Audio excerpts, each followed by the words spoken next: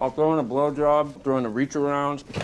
Hell, I'll even cup his balls. If you've never watched Succession before, you'd look at Kendall Roy and think this guy wins. Obviously, it's only a matter of time. He carries himself like a CEO, talks like a CEO, has the suits, the vocabulary, the posture of someone who was born to run something enormous. And the whole show seems to be building toward the moment he finally gets there. But here's the problem, he never gets there. The thing about Kendall is that the show sets him up as the answer to the obvious question. Logan Roy needs a successor. Kendall is the eldest son who's smart and polished. On paper, there is no debate, and he's genuinely capable. That's the part that makes it complicated. This isn't a story about someone who was never qualified. Kendall can do the work. He understands the business. When he's operating without the weight of needing to prove something, there are flashes of what he could be, but those moments never last because Kendall can never just do the thing. He has to perform doing the thing. Every move has an audience he's playing to, and the audience he's always really playing to is one person. He doesn't step into power because he rehearses it over and over in front of whoever is watching, waiting for the reaction that tells him the rehearsal was good enough. It never quite comes, and so the rehearsal never ends. Here's the pattern the show runs on repeat and never quite names out loud. Kendall succeeds. Actually succeeds. The room is with him. For a moment, it looks like the version of Kendall Roy everyone expected is finally arriving, and then it breaks. Not because of outside pressure, and not because Logan pulls the rug at the last second, though he does that too, but because something in Kendall himself can't hold the weight of confirmation. The moment success arrives and becomes real, something destabilizes. He doesn't lose at the bottom, he loses at the top. When the pressure is on and everything is falling apart, Kendall can be remarkable. He rises and finds something, but the moment it works, he comes apart. Think about how many times across 4 seasons you watch this exact sequence. Kendall positions himself, something clicks, the momentum builds, and then right at the moment where someone else would consolidate and move forward, Kendall finds a way to make it fall apart. The show is patient about it. It doesn't rush the point. It just keeps showing you the same shape in different clothes until the repetition becomes the argument. If you map Kendall's arc across the whole show, it wouldn't look like a character developing towards something. It would look like a loop, the same emotional geography visited over and over with slightly different furniture each time. And what makes it genuinely painful to watch is that Kendall always believes the reset is a new beginning. Every time he rebuilds, he's fully convinced the previous version of himself was the problem, and the new version has it figured out. The guy who finally broke from Logan, the guy who finally found his own footing. None of them stabilize. None of them last long enough to become real. They're all costumes that fit for a season and then come apart at the seams. That confirmation never arrives on time, and so he keeps cycling, almost winning, almost arriving. Keyword here is obviously almost. And here's where the show stops treating it like bad luck, because at a certain point, and you feel it somewhere around season 3, the pattern stops being a streak of unfortunate timing and starts being something else entirely, something more deliberate and more consistent. Every version of Kendall that should finally work still collapses in exactly the same way. That's not coincidence anymore, that's just structure. The show is telling you that Kendall doesn't keep falling because the circumstances are against him. He keeps falling because he's structurally unable to stabilize success even when it's real, even when he earned it. He can't hold it, and the reason he can't hold it is the same every single time. Power arrives, and it doesn't feel real unless someone confirms it first. That one gap between the win and the confirmation, that's where Kendall lives. That's where everything falls apart. Here's what Succession is actually saying about Kendall underneath all the boardroom drama. He doesn't want power because he wants validation, and every move he makes is emotional testing disguised as a strategy. Not what's the right thing to do here, but will this make them see me? Will this finally be the thing that lands? Kendall doesn't have the internal stability that power requires. Every time he gets close to it, he reaches for confirmation instead of holding the discomfort a little longer. That's not ambition, that's dependency, and the show is patient about showing you exactly how it operates. You can't talk about why Kendall never breaks out without talking about Logan, because Logan isn't just the obstacle, he's the system. The specific thing Logan does, and he does it consistently across the entire show, is time his approval and withdrawal with precision. When Kendall rises, the support disappears. When Kendall collapses, the attention returns. That's not a father being cruel, that's a conditioning system running so smoothly Kendall has never once been outside it long enough to see it from the outside. He rises, Logan pulls away. The success that felt real a moment ago suddenly feels unconfirmed. Like, it might not count if the one person whose approval actually registers hasn't weighed in yet. He collapses, Logan reappears with attention, with the implication that maybe this time, if Kendall does things differently, the approval will hold. And that attention, even negative, functions as confirmation. It tells Kendall he's still in the game. So the collapse becomes functional. It returns the thing the rise couldn't deliver, not consciously. So the collapse becomes functional. It returns the thing the rise couldn't deliver, not consciously. Kendall doesn't choose to fail to get his father's attention, but the pattern has been running long enough that it's become the architecture of how he operates. That's why every rebellion ends the same way. Kendall builds to a real confrontation, gets close to genuine separation, says the thing, does the thing, and makes the move that should finally cut the cord, and then something pulls him back. Not because Logan forces it, because Kendall's entire emotional regulation system is pointed at Logan. Breaking out doesn't just mean beating him, it means giving up the only source of confirmation that has ever felt real, the only signal that has ever cut through. He can't do it. Every time he reaches the edge of something independent, the pull wins. The loop restarts, and Kendall ends up back in the same position, performing for the same audience, waiting for the same reaction, running the same pattern that has never once delivered what he actually needs. Logan didn't just raise Kendall, he built him, and the thing he built is perfectly designed to almost succeed and then return. Now, across 4 seasons, the show gives Kendall every version of himself that he could possibly want to be. The corporate heir, the rebel son, the visionary who saw what the company needed before anyone else, the man who finally told the truth about his father on the biggest possible stage. But none of them stick, because each version is built on the same foundation, the need for the people around him to confirm that this version is the real one, that this time he's arrived. Roman, the people who work for him, the journalists who cover him, they all give him the mirror he's looking for. And for a while it holds, but a mirror isn't a foundation, and eventually the image shifts. He never stabilizes into one identity because stability would require him to stop needing the confirmation, to hold the version of himself steady even when nobody is reflecting it back. That's the one thing Kendall Roy cannot do. Everyone watching Succession spends 4 seasons waiting for Kendall to finally become the thing the show keeps positioning him to become, and the show's answer is quiet and patient and a little devastating. He doesn't, not because he wasn't capable, and not because the world was against him, because something in the architecture of who he became was never going to let him arrive. He isn't a failed successor. He's what happens when someone is allowed to almost succeed too many times, when every collapse gets absorbed and reset and treated as just another lap of the same circuit instead of the moment something finally has to change. He had every advantage, every resource, and every opportunity, someone to finally tell him he was enough.